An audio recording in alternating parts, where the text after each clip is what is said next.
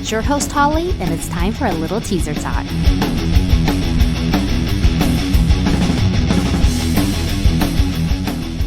Day 3 of Rocklahoma, and I will say that nip of 99 bananas last night was a terrible mistake. Let's go. Rocklahoma.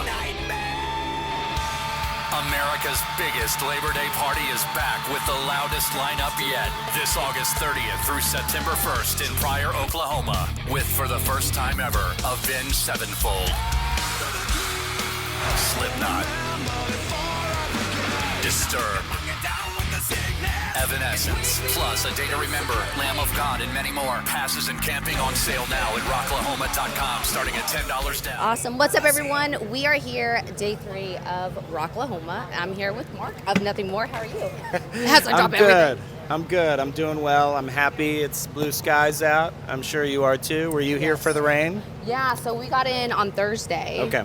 Luckily, we set up camp. We pitched a tent camp. Okay.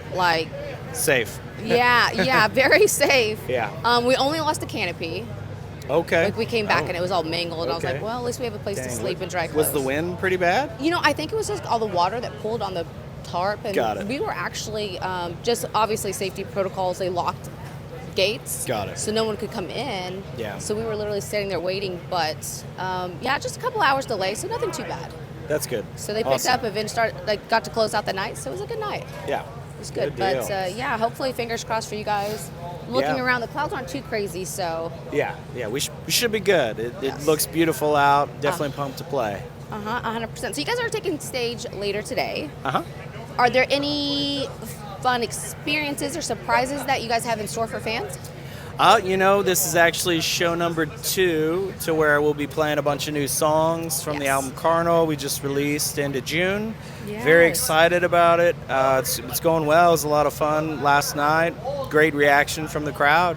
So pumped to play that stuff. Of course, we'll do, live show, little drum solo moments, going to the crowd, things like that, of course. Very cool. Well, I can't wait to see it. Hell yeah. It's about, 4 or 5 hours or something like this? So pretty Yeah. quickly, coming up. Yeah. Very cool. So the new album, let's touch on that one. What was the inspiration behind it?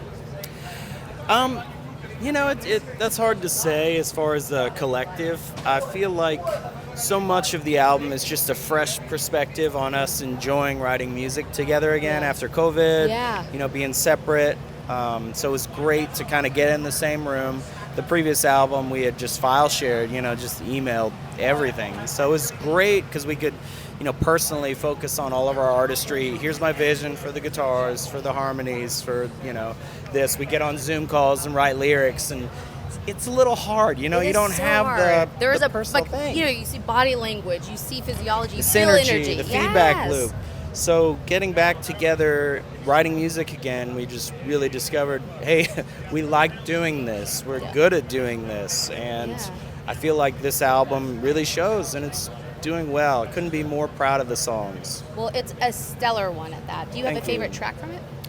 Right now I really love the song Stuck. It's a lot of fun to play live. Nice. I'm kind of doing all the screamy vocals, so some of it's hard to kind of scream and sing, but it's pretty sweet. So I kind of take a little lead vocal, a few passes, so that's a lot of fun and a little new for me. Very cool. Are you guys playing that tonight? Yes, definitely. Beautiful. That's what I wanted to hear. Woo-woo. So on the new album, you guys had some amazing collabs on there.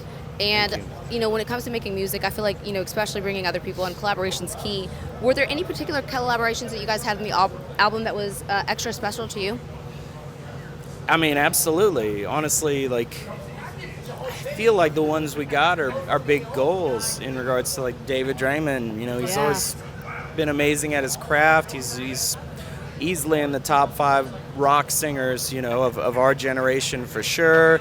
He's a great human, great person, so the fact that he was open to it and wanted to do it was killer. I feel like Angel Song suits him well. To get Eric from I Prevail on House on Sand, slays such a guttural scream, really awesome. There's another one that's coming out maybe January, which it's emotional. I think it'll blow you away, and I'm really excited about that one. This is teaser talk, so we love a good tease. We love a good tease. Good. Coming soon. Very cool. Coming soon, but not just yet. Yeah. Love it. Yeah. So not only are you a super talented guitarist, you're also is a host to your own show. Yeah, I kind of put it on the back burner a little bit since, yay, we can tour and write music and be, Back in person, yeah. exactly, do that again. So yeah, I had this live stream show called The Few Good Brews, where I would have a musical guest and I would feature a brewery. Oh, cool. So and throughout the episode, we would get a little tipsy, perhaps maybe a little drunk, but it's fun as you know. But that's on brand. I mean, exactly, it's rock and roll. Yeah. So, I don't know, there's something special, obviously, I'm sure you know, just sharing drinks and real talk with somebody. So, I felt like we got in some good conversations, had some great beers. I love craft beer and really getting the word out about it. I know maybe it's seen its time and it's kind of going down, craft beer right now, but I'm still a fan of all the flavors. Nice. Yeah, I could totally relate because there's been some times on Teaser Talk that I do like a drinking game. Okay. So like we'll do either like in person or like, virtually if, someone's across the country, we'll do interviews. And there was one time I had a guest on and he was actually a bartender too.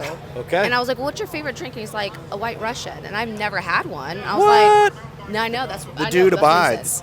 So he was like, yeah, like they're the best. I was like, okay, well, you teach me how to make one, and we're, on Zoom, virtually make one together. And I'm like, he's like, maybe a little bit more vodka, a little bit. I'm like, this is a lot of vodka. This is a lot of vodka. Okay. There's a lot of Baileys, and then like a splash of milk. And toward the end of the episode, I was like, oh, I need to go ahead and wrap this up because I'm starting to slur my words. Yeah, we were playing a drinking game. I lost count. I was like, congratulations, you won. Yeah, there you go. But yeah, I totally get that. But going back to a craft beer, do you have a specific kind, brand, flavor that you like the best? Honestly, the weirder the better. Most of the time, all the flavors. I know it can get pretty silly, but all the barrel aged stuff can blow you away and just realize that how is this still beer? Yeah. I love all that stuff. I love to age in wine barrels, bourbon barrels, whiskey barrels. I don't think I've ever had a beer aged in a wine barrel. Oh, it'll blow you away. It's awesome. Does There's a great pucker that it can have, really hits you back here. Okay. And it kind of has a weird way to put it, but like a yeasty sort of like aftertaste in a good way. I don't know. It just really blow you away. All the wild ales, you'll typically get that, more the sours. A lot of people don't know about that stuff, and it's really cool to push it, and more than anything, just see the artistry. Somebody doing what they love, creating something new and different. That's what's special to me. Very cool. Well, sounds like you know your beers. I might have had a few. That's awesome. That's awesome. So, obviously, you guys have something fun that you're going to be releasing pretty soon. What does the rest of 2024 look like for Nothing More? Yeah, we just started this tour, a Carnival tour, so this will take us to the end of September, do some festivals, then we take a break. I have my 10-year wedding anniversary. Oh, congratulations. Pumped. That's awesome. Yeah. Very cool. So I'll go do that for a week or so, and then we'll get back to, we play Aftershock in Sacramento, and we have like 2.5 weeks with Godsmack, so that'll be a lot of fun. Those are some good guys. And I do feel like it might be a few of their last shows. I don't know. It's sad, but well, they're let's hope amazing that they're band. like Kiss and like this is the last tour. There you go. No, but for real, this is no seriously, for real. everyone. Yeah. We're for real this time. This one is it. And we're like, all right, I guess I have to buy another ticket, and then you see it back on tour. But fingers crossed. That's them too. And they've been nothing but good to us. Yeah. It's awesome when you can sit down with somebody that's done it for a long time. You get advice, and it's awesome. It's really helpful. Like, how do you do this, being away from your family?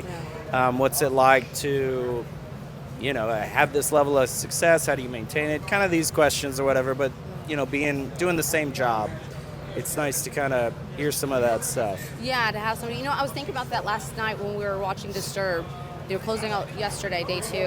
And I remember I'd interviewed Jeremy Spencer, and he had talked about, like, the importance of, like, whenever you're on tour with somebody and how awesome it is to have somebody like that take you under their wing. He said Disturbed was that band for them. That's so cool. And they would, go through and, like, give them tips and stuff. So it's kind of cool to see people, like, share those stories, like you just shared. Yeah. But then also now, like, you guys are in the position to be that band for somebody else. And I love those guys too. I remember Dan coming to a show maybe 10 years ago in Chicago. We were the self-title was just released, and he came to the merch table, insisted on buying his own stuff. It's like, oh my God, you're Dan from Disturbed. Yeah. No, take it all. Just take it, yeah. Take this box. And he handed me a wad of cash, and he was like, go have a good dinner, and that meant the world at the time, it's eating chow mein, and microwaving bus and fast food, all that stuff. So sleeping on floors, and that meant a lot to us at that time for sure. That's very cool. Well, it sounds like you guys have a busy rest of the year. Yeah. It sounds like no days off, minus you celebrating your wedding anniversary. Other than that, you're back at it. So is there anything that you guys can tease that's coming up in 2025? Yes, a lot more touring. Love it. You good? No days off. I like it. Right, yeah. No, it'll be good. We do think about these things for our own mental health and plan, balancing home life with work.